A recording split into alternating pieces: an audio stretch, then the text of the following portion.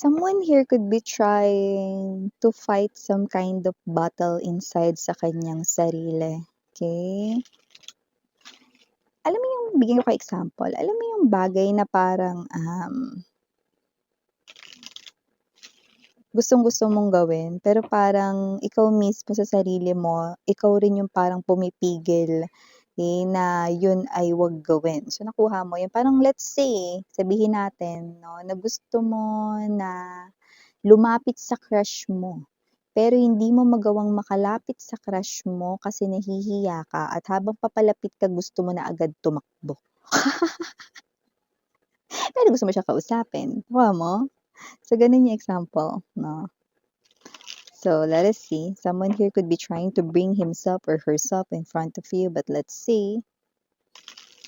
Just take only what resonates, guys. Okay.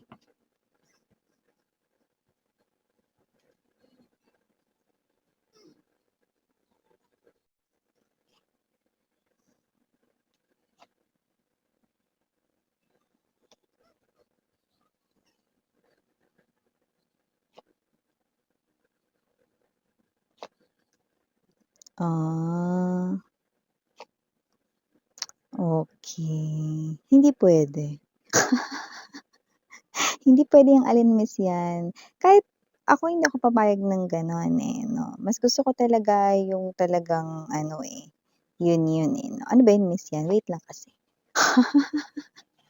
Center ng reading, 7 of coins, ha? Oh, sabi ko sa'yo, eh, 'no, parehas tayo rito ng gusto, 'no. You are appearing as the Queen of Swords. I-explain ko sa inyo maya-maya lang. Tapusin muna natin ang pag-lay ng lahat ng energy sa ating table, okay?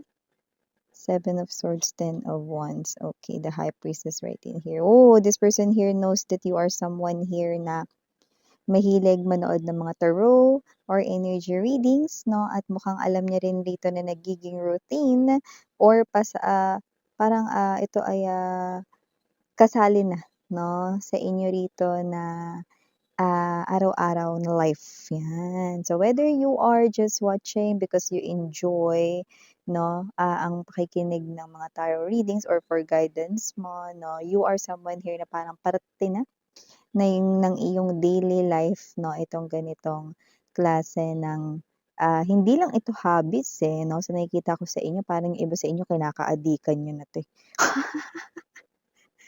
Parang kung meron lang na parang ano, eh, 'no, kung may drug test 'no, tapos kung meron lang ganito na ka-addict kayo sa ganitong, panonood ng tarot readings 'no, naku positive na positive kayo diyan. So, bottom of the deck, we have the 5 of coins. Okay, the Devil and the 4 of cups. Okay, look. Okay. This person right in here, may dalawa siyang bagay na gustong sabihin sa inyo, no? At kahit naman ako ang nasa pwesto ninyo, hindi ko rin naman gusto, no, etong kanyang naiisip dito. Ano ba yung miss yan, no? Nakikita ko kasi that with this 5 of Cups energy, Page of Cups right in here, and the very, very strong 4 of Wands to the Page of Coins. Ano yun, Miss Yana? Dahil hindi niya kayang dalhin or bitbitin ang sarili niya sa harapan mo, ang dalawang bagay na gusto niyang sabihin sa'yo ay sorry at mahal kita. Yun, no? So, ano dun missing yung sinasabi mo na hindi mo gusto kung ikaw yung nasa pwesto ko? Ano, lumbas rin na hindi mo rin ito gusto, okay? So, nakikita ko rito na itong tao na 'to 'no, imbes na siya yung magsabi niyan sa'yo ay yan ay ipasusuyo niya or ipakikusuyo niya 'no, sa malapit sa buhay mo. Yun, nakuha mo ba? Puwedeng sa close friend mo or sa kapitbahay ninyo na literal na malapit ang bahay sa inyo. Whether ka-close mo yung kapitbahay or hindi 'no, basta malapit 'no, this is someone here near you or someone here, yung near means closeness, so puwedeng ka-close mo, okay? So, whatever the case may be, yung, um, malapit sa'yo or malapit sa'yo, puwedeng sa katrabaho mo or whatsoever 'no. So, parang ipapasabi niya na lang dito 'no, na sorry sa kanyang nagawa at mahal ka niya. Oh, nagets mo? Oh, 'di ba sabi ko sa inyo ayaw mo 'no, na ipasabi niyo 'yun sa iba kasi mas maganda na siya mismo ang magsabi niyan sa'yo, okey? In front of your face, 'di ba? Dapat gano'n. In front of me, miss 'yan na tama ka. Gusto ko talagang marinig yang sorry na 'yan sa mismong bibig niya at gusto ko rin talagang marinig yung salitang mahal niya ako mismo manggaling sa mga labi niya. Hoy! Pakabanggit ng labi, you know? Ay, ay, ay. Eh, so yeah, however this energy is, bago natin pag-usapan ito more, batiin muna natin everybody. Hi and hello there everyone, my name is Yan. Welcome new subscribers. Ito yung isang buyers ko and creators. Maraming salamat. At kung di niyo pa alam, okay, mayroon pa tayong isa pang channel link down below lang. Mahal no for more collective readings for all signs. Okay? And yes, meron tayong gender dito by lalaki, LGBT, lahat ay welcome. Possible magpalit ng roles. Bakit? General reading kasi ito. And at the end of the day, lahat ay may free will po na free mong gamitin anytime, anywhere. So with the pages, talagang totoo nga, no? Na itong tao na 'to 'no ay, what's this, talagang dinadaga yung dibdib niya 'no, talagang hindi niya kaya ritong humarap sa'yo, yung lumapit sa'yo kasi baka 'pag lumapit siya sa'yo, hindi naman sa natatakot siya rito sa presence mo 'no, kundi baka himatayin siya. Or baka hindi himatayin, baka tumakbo siya, maiba pa yung maisip mo, see?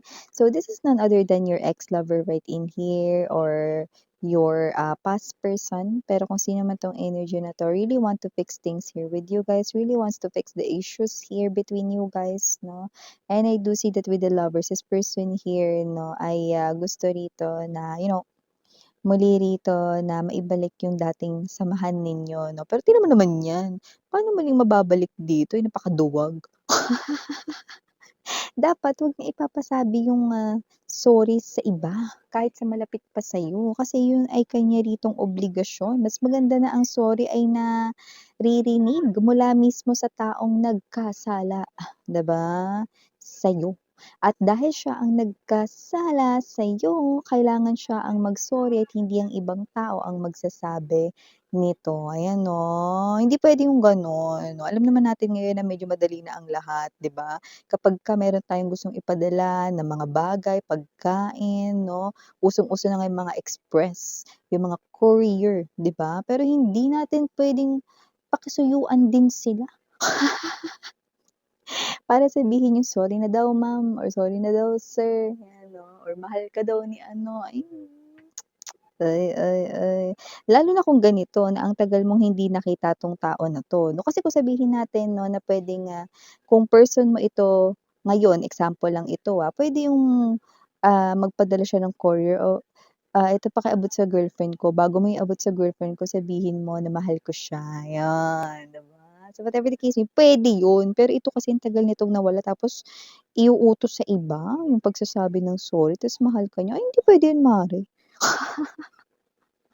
Walang gano'n pre, 'di ba? Mas maganda manggaling mismo, 'di ba? So, ang pangit na parang sabihin ng iba na mahal ka pa rin daw niya, 'di ba, asan ang tapang niya dun, 'di ba? Hindi itong oras para maging, torpe or maging coward or duwag dito dahil gusto niya talaga mag-invest dito ulit sa inyong relationship. Kailangan lakasin niya ang kanyang loob, okey? Kailangan matibay ang kanyang dibdib at kailangan rin dito 'no ng tapang lalo na 'no kung gusto niya talagang ilaban ang inyong koneksyon, una sa lahat dapat siya ang manguna dito. Tama ka naman dun mare 'no, lalo na ang pagsasabi ng salita na mahal kita 'no ay dapat mismo manggaling sa taong 'di ba?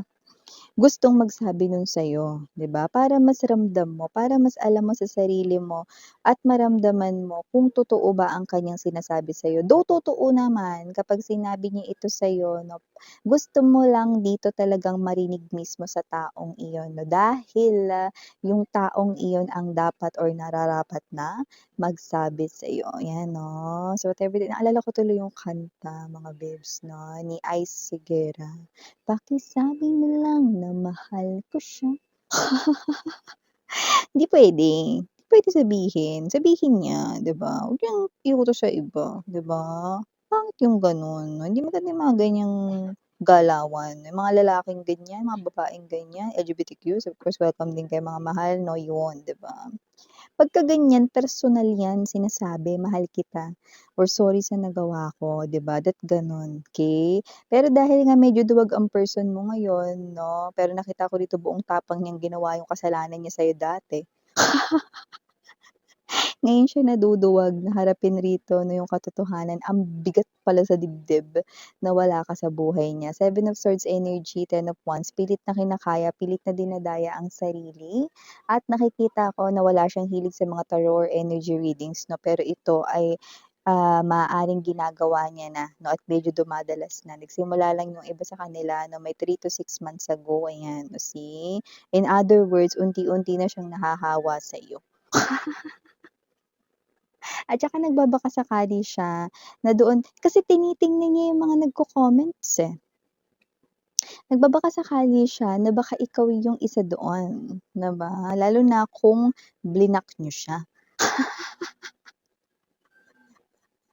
May gano'ng klase ng energy kasi meron ditong Five of Coins, may mga energies na blinak niyo siya 'no, so puwedeng dun niya rin kayo talaga puwedeng hinahanap 'no, yun yung hidden intentions din. Kaya rin patingin-tingin, patambay-tambay sa YT. So nakikita ko dito at the bottom of the deck with the Devil, high chance na ginawa kayong options nitong person na ito way back then, namili rito 'no ng the grass was greener on the other side, pero yung pala 'no, lanta na 'no, and yung iba naman rito 'no ay puwedeng, yes 'no, to be direct, nagkaroon ng mistress, panloloko, third party na other woman, other man. Pero pinagsisisihan niya na yun ngayon. Four of Cups energy, ano ba 'tong nagawa ko? Paano ko nagawa ito? Ngayon ang gulo-gulo tuloy ng sitwasyon ko. Ako rin talaga yung naglagay sa sarili ko sa sitwasyon na hindi ko alam kung paano solusyonan or lusutan. Ay, 'di ba? So, kung sino man 'tong energy na 'to, yun na nga yun mare, 'di ba? Ang wish niya, ang hiling niya rito with this Nine of Cups energy 'no, ay magkaroon rito 'no ng, parang daan upang masabi niya sa'yo yung salitang sorry at mahal ka niya 'no. Yun yung dalawang bagay na gusto niyang sabihin sa'yo 'no. Though mahirap yung gawin ngayon 'no, nakikita ko na yan ay gusto niyang gawin 'no, pero parang alam mo yung hindi pa ready yung self niya na siya yung magsabi niyan sa'yo, pero alam niya na masyado ng matagal siyang nawala dito kaya naiisip niya rito na ano kaya, ipasuyo ko na sa iba nang sa gano'n makarating na sa kanya baka magkaroon ng konting liwanag at pag-asa dito sa sitwasyon namin 'no. Eh, siyempre mga babes 'no, hindi naman tayo nakikialam rito kahit na ito ay nakikita natin dito ng patago. Alam ng mga tsismosa-tsismosa, 'di ba? So, ito yung mga galawan niya ngayon. So, ngayon kung matuloy yan, okey, masasabi niya yan sa inyo. Pero ibang tao ang magsasabi niyan, okey? Puwedeng ka-close mo or malapit talaga sa'yo, katrabaho puwede or kapitbahay puwede 'no, puwedeng kaibigan, 'yan 'no.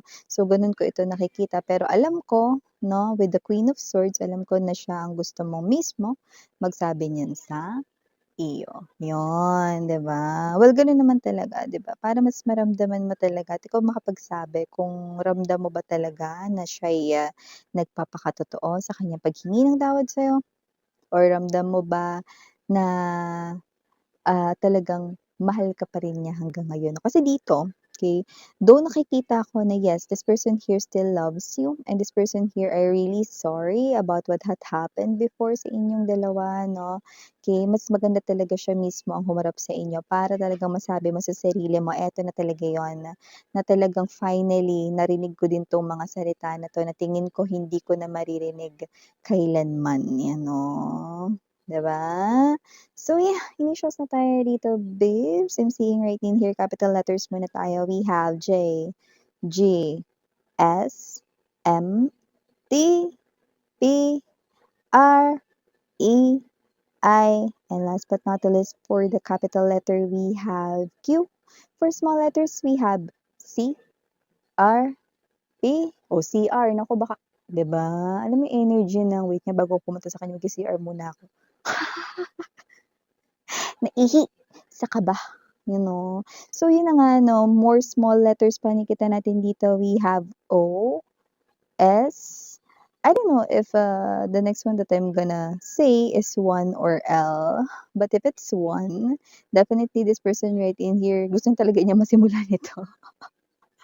Pero ang hirap kasi yung katawan niya hindi niya talaga rito magawang, because of the hiya sa'yo, okay? But definitely yes, this person here will definitely tell this to you, okay?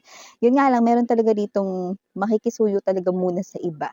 Kasi para meron na rin talaga siyang pauna ritong makuhang reaction from you guys. Alright? So yeah, these are all the messages we've got right here for you, sweethearts. Again, I'm Yuriana, and for the girls, Yana, do not for the boys. Sarang hey, love and light, Annyeong!